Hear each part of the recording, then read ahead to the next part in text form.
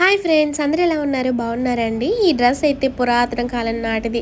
కొని ఒక 2 ఇయర్స్ అవుతుంది. అసలు ఒక్కసారే వేసుకున్నా, అదేనా ఒక ఫంక్షన్కి. మళ్ళీ వేసుకున్నదే లేదు. ఈ డ్రెస్ అయితే మా ఆయన సెలెక్షన్ అండి. నాకైతే చున్నీ బాగా నచ్చి తీసుకున్నాను. డ్రెస్ నాకు అంత పెద్దగా నచ్చలేదు కలర్, బట్ చున్నీ కలర్ అయితే నాకు చాలా బాగా నచ్చింది. చాలా రోజుల నుంచి వేసుకోలేదు కదా, ఒకేసారి వేసుకునేసరికి చాలా టైట్ అయిపోయింది. అందులో ఒకటి లావ్ అయిపోయాను కదా. కూర్చొని పలుమాల కుట్లయితే ఇప్పేసుకున్న తర్వాత వేసుకున్నాను. ఓకే, పర్లేదు. ఇవాళ మండే కదా, మా హస్బెండ్ కి అయితే ఆఫే. ఇంకా మేమందరం కలిసి ఊరికైతే వచ్చాము. వచ్చి రావడమే తాబేలు దగ్గరికి వెళ్ళి అసలు ఇది ఎలా ఉందని చూసాము.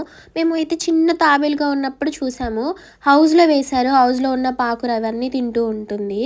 తీరా వచ్చి మేము చూసేసరికి చాలా పెద్దదైపోయింది. మనుషులు ఉన్నప్పుడు తలకాయ లోపలికి వెళ్ళిపోతుంది, కాళ్ళు చేతులు కూడా. మనుషులు లేని తర్వాత ఇలా తలకాయ బయటకు తీసుకొని ఏదైనా పాకురు తినడం, లేకపోతే పురుగులు తినడం, వాటర్లో ఈదడం అలా చేస్తూ ఉంటుంది. ఇంకా నేను ఎక్కడి నుంచి తీసానో అందులోకి అయితే వేసేసాను. వాటర్లో ఉన్నప్పుడు మస్తు కంఫర్ట్గా అటు ఇటు తిరిగింది. బయటికి తీసుకొని వచ్చినప్పుడు మనుషుల్ని చూసి ఆ షెల్ లోపలికి వెళ్ళిపోయి తలకి అస్సలు బయటికి రావట్లేదు. ఇంకా దాన్ని భయపడడం ఎందుకులే అనేసి వాటర్లోకి వదిలిపెట్టాను. ఇవి వచ్చేసి తోటకూర, పాలకూర, కొత్తిమీర మొక్కలండి.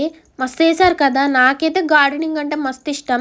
మా దగ్గర ప్లేస్ లేదు, ఉంటే మాత్రం చాలా మొక్కలు పెంచుకునేదాన్ని. సో ఇంకా పెదనాన్న అయితే వాటర్ పెడతా ఉంటే నేను కూడా పెడతా పెదనాన్నని తీసుకొని పడుతున్నాను. చిన్న చిన్న మొక్కలకి ఒకేసారి కాకుండా ఇలాగ స్ప్రే లాంటిది ఉంటే స్ప్రే చేస్తే మొక్కలు అనేవి పాడవ్వవు అనమాట. కిందకి నేల కొరిగిపోయి పాడైపోతాయి. లేకపోతే ఆకాశంలో చుక్కల్లాగా ఇదిగోండి ఈ మొక్కలలో చామంతి మొక్కలు అయితే ఒక 4 ఉన్నాయి. ఈ కలర్స్ అయితే చాలా బాగున్నాయండి. చూసిన వెంటనే లేట్ చేయకుండా వైలెట్ కలర్ ఫ్లవర్ అయితే కోసుకొని నెత్తిన పెట్టేసుకున్నాను. మీకు గుర్తుందా, మొన్న మేము టమాటా మొక్కలు, వంగ మొక్కలు, కాలీఫ్లవర్ నాటాం కదా, అవి ఎంత పెద్దగా అయిపోయాయి తెలుసా. ఇప్పుడు నేను చూపిస్తున్నాను కదా, అవే అండి ఈ మొక్కలు కింద పడిపోకుండా వైర్లతో వాటికి ఇలా పందిర్లాగా కట్టారు. ఇప్పుడైతే వాటికి ఫ్లవరింగ్ వస్తుంది. కొన్ని మొక్కలు అయితే ఫ్రూటింగ్ కూడా వచ్చేసాయి. నేనైతే చాలా హ్యాపీగా ఫీల్ అయిపోయాను. నేల మీద వేసిన మొక్కలు ఇంత తొందరగా గ్రోత్ అవుతాయా? వాటి గ్రోతింగ్ అనేది సాయిల్ మీద డిపెండ్ అవుతుంది కదా, అలాగే మనం ఇచ్చే వాటర్తో కూడా.